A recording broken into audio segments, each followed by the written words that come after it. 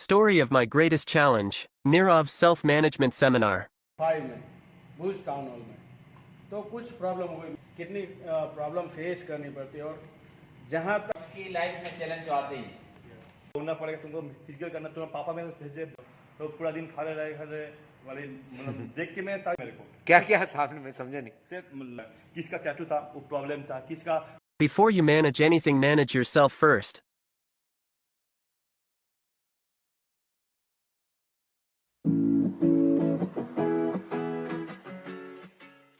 All over world, तो उन सबको चुनौतियाँ आती है। उसमें से मैं भी एक मेरी एक चुनौती या बहुत सारा स्ट्रगल आपको इन शॉर्ट सुनाना चाहूँगा। मैं हूँ एक जादूगर, मेरा काम है जादू करना। मैं लोगों को जादू के शो दिखाता हूँ, लेकिन मैं जादूगर कैसे बना वो आपको थोड़ा संक्षिप्त में बता दूंगा। मैं एक बार मेरा शो भुज में चला था 95 में भुज टाउन हॉल में। तो कुछ प्रॉब्लम हुई, मेरा मतलब जादू का करियर उससे पहले स्टार्ट हो चुका था 93 में। तो तब से मैं आज तक जादू ही कर रहा हूँ। बट इन बिटवीन क्या एक स्टोरी हो गई कि लोगों को या आदमी को कितना स्ट्रगल करना पड़ता है या कुछ कितनी प्रॉब्लम फेस करनी पड़ती है। और जहाँ तक ऐसी बात है कि अपने खुद की जो अगर आपको घर से निकाल दें या कुछ प्रॉब्लम क्रिएट करते हैं तो आप कहाँ जाओगे।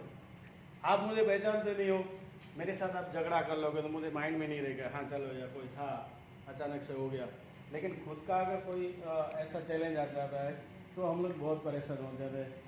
शो चल रहा था मेरा टाउन हॉल भुज में, कुछ मिसअंडरस्टैंडिंग या कुछ टेक्निकल प्रॉब्लम के कारण मेरे शो में 2 इंस्पेक्टर और 4 पुलिस वाले आ गए अचानक। मुझे कुछ बात का पता नहीं, इतनी सारी मेरी ऑडियंस बैठी हुई है और फर्स्ट रो में सारे बड़े लोग बैठे थे। एंड देन इंस्पेक्टर साहब ने मुझे दिखाया, is this your arrest warrant, आपके ऊपर ये प्रॉब्लम है और आपके ऊपर ये इल्ज़ाम है। मेरे पापा भी वहाँ थे बैक साइड दी स्टेज, तो वो सब देखने में बहुत ये प्रॉब्लमेटिक काम हो गया।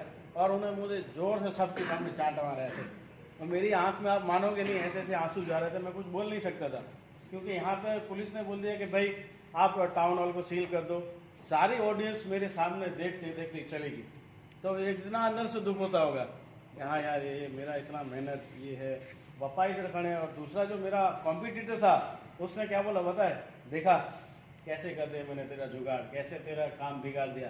तो मैं मतलब ऐसे रो भी नहीं रहा हूँ, अच्छे से रो भी नहीं पा रहा था मैं, मुझे गुस्सा भी आ रहा था और मैं कुछ नहीं कर रहा था।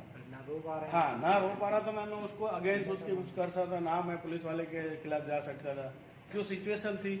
बट उसी टाइम पे भी मैंने ये ठंडा कि नहीं, इस चीज़ को बंद नहीं करना है।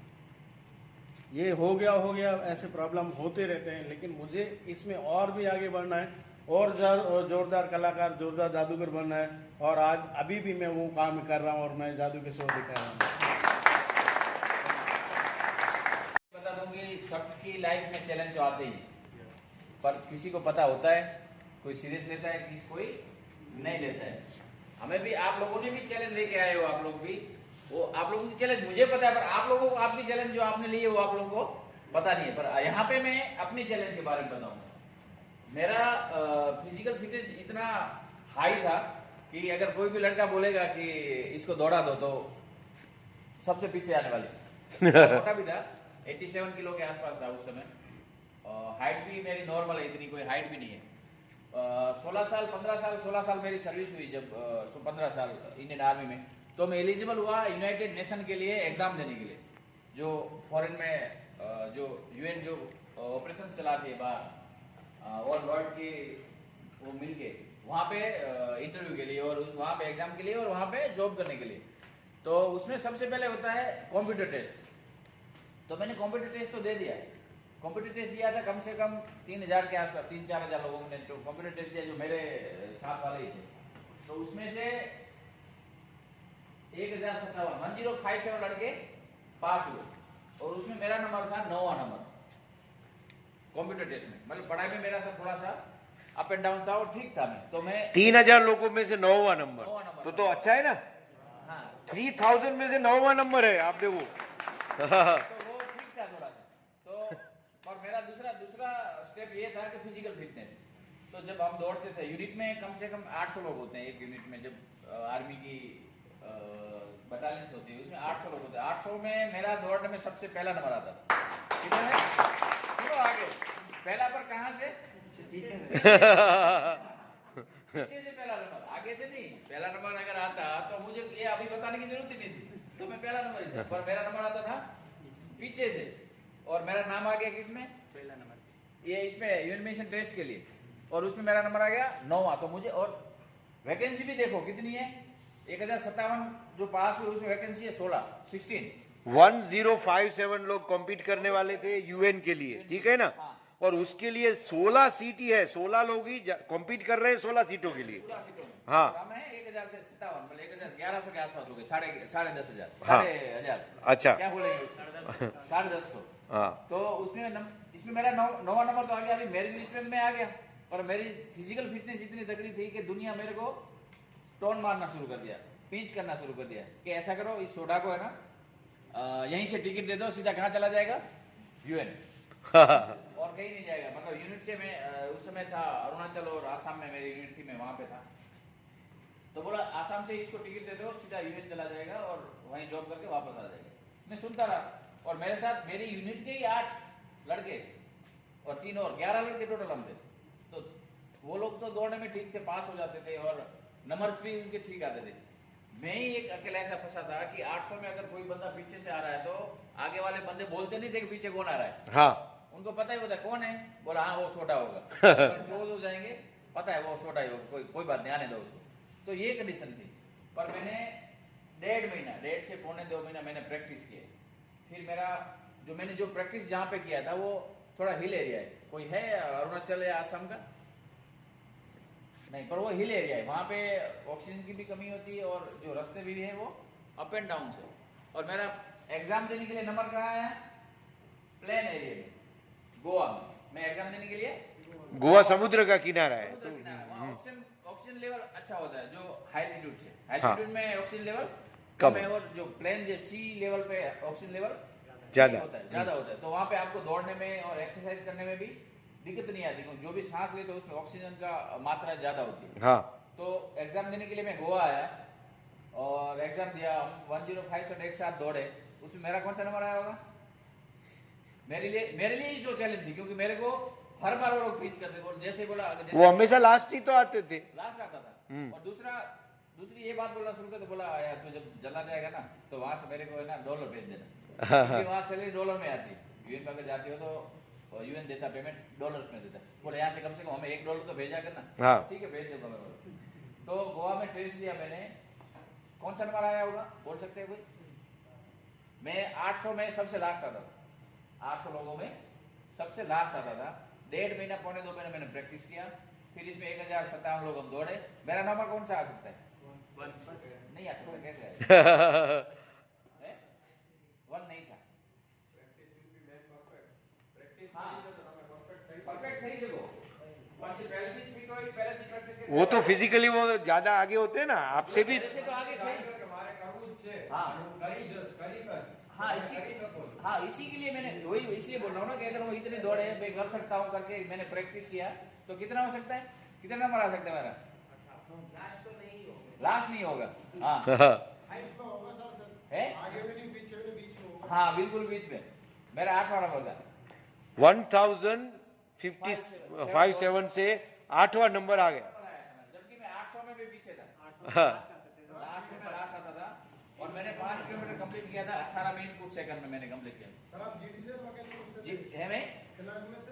मैं जीडी में था।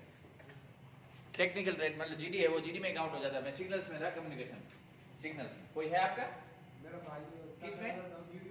किसमें यूनिट?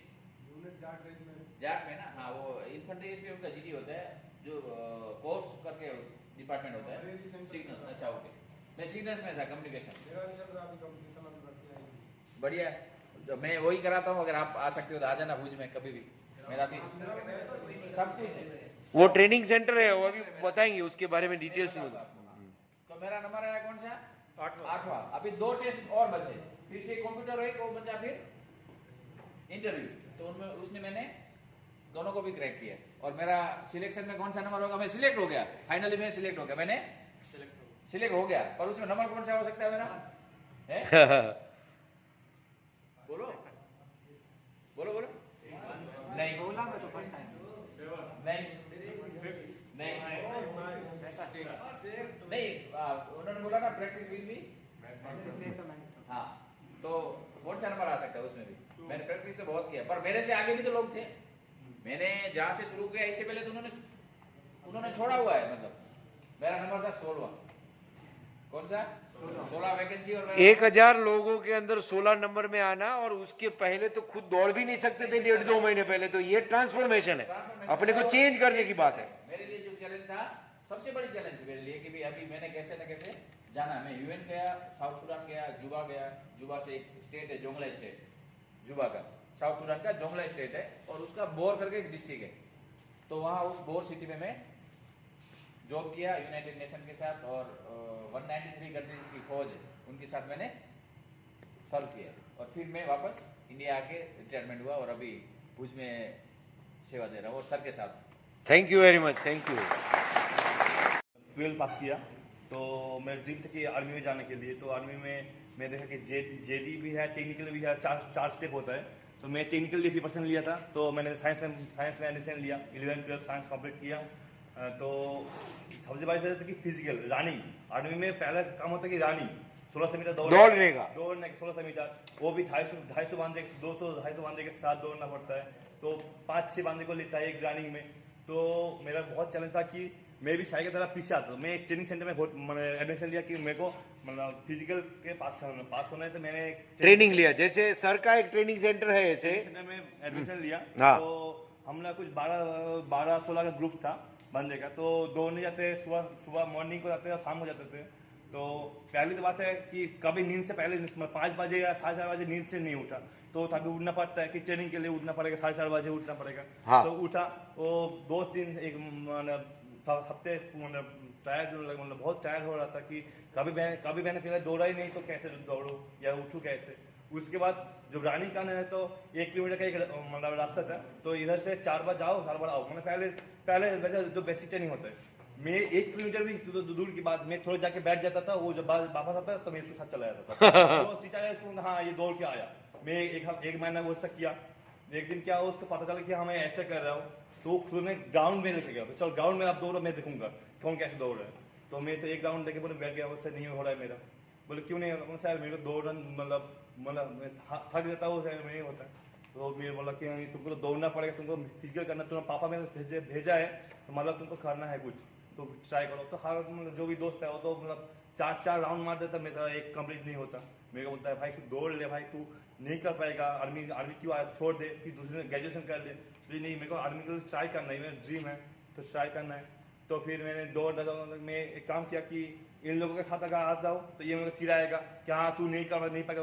मैं दूसरे मतलब अकेला आता हूँ। क्या किया मैंने, वो जब आता है वो उसके 1 घंटा बाद मैं मॉर्निंग को आ रहा हूँ, शाम को जब आ रहा था उसके 1 घंटा बाद मैं क्या किया, मैं जहाँ मैं रहता हूँ, समझ रहे हो ना, वो क्या बोलता है कि 1 घंटा बाद, क्योंकि उसको शर्म आता था, लोग उसको टीज करते थे, वो इतना दौड़ नहीं पाते थे, उन्हें कोई नहीं होता है ना, तभी उन्होंने चालू किया। ठीक है ना। और एक जहाँ पर मैं रहता हूँ एक नदी रहता है, जो ट्रेनिंग किया आर्मी का, जो रनिंग किया वो पता है, अगर रेत में दौड़ोगे तो उसका कॉन्फिडेंस बढ़ता है, सांस भी जमता है। तो मैंने क्या किया, दोपहर को जब धूप रहता तब मैं चालू किया कि मैं आधा घंटा हो, 2 मिनट हो, 10 मिनट हो, मैं दौड़ूंगा, रेत में दौड़ूंगा एक बार, और 2 टाइम मैं ग्राउंड में दौड़ूंगा। तो मैंने चालू किया 1 महीना 2 महीना, मैं उसके साथ, वो अलग जा रहा है, मैं अलग जा रहा हूँ। उसके साथ कोई लेना देना नहीं कि हाँ दौड़ है, वो टीच करते रहते कि नहीं, एक ही साथ में रहते थे, लेकिन टीच करते रहे और स्टडी भी कर रहा था। तो जब ट्रेनिंग का आर्मी का मार्ट आया तो मेरे को बोला कि हाँ भाई तू सबसे पहले जा रहा है, तू मतलब जो ग्रुप में होता है तो एक बातचीत होता है कि हाँ 16-17 बंदा है, जो 4 डिपार्टमेंट है, तू पहले है, टेक्निकल लाइन, तू जीडी है, तो भाई तू जा रहा है, तू अगर अच्छा करेगा तो हम लोग भी अच्छा करेगा। तो मैं चला गया आर्मी मार्ट, मेरा गाँव में मतलब जो मैं रहता उधर ही आसपास आर्मी का मार्ट था। तो चला गया 1 दिन पहले आर्मी के मार्ट, तो जो किया हो पता है, 1 दिन पहले जाना पड़ता है, लाइन में खड़ा रहना पड़ता है, उसके बाद आर्मी का मार्ट होता है, सुबह 4 बजे हो 5 बजे हो।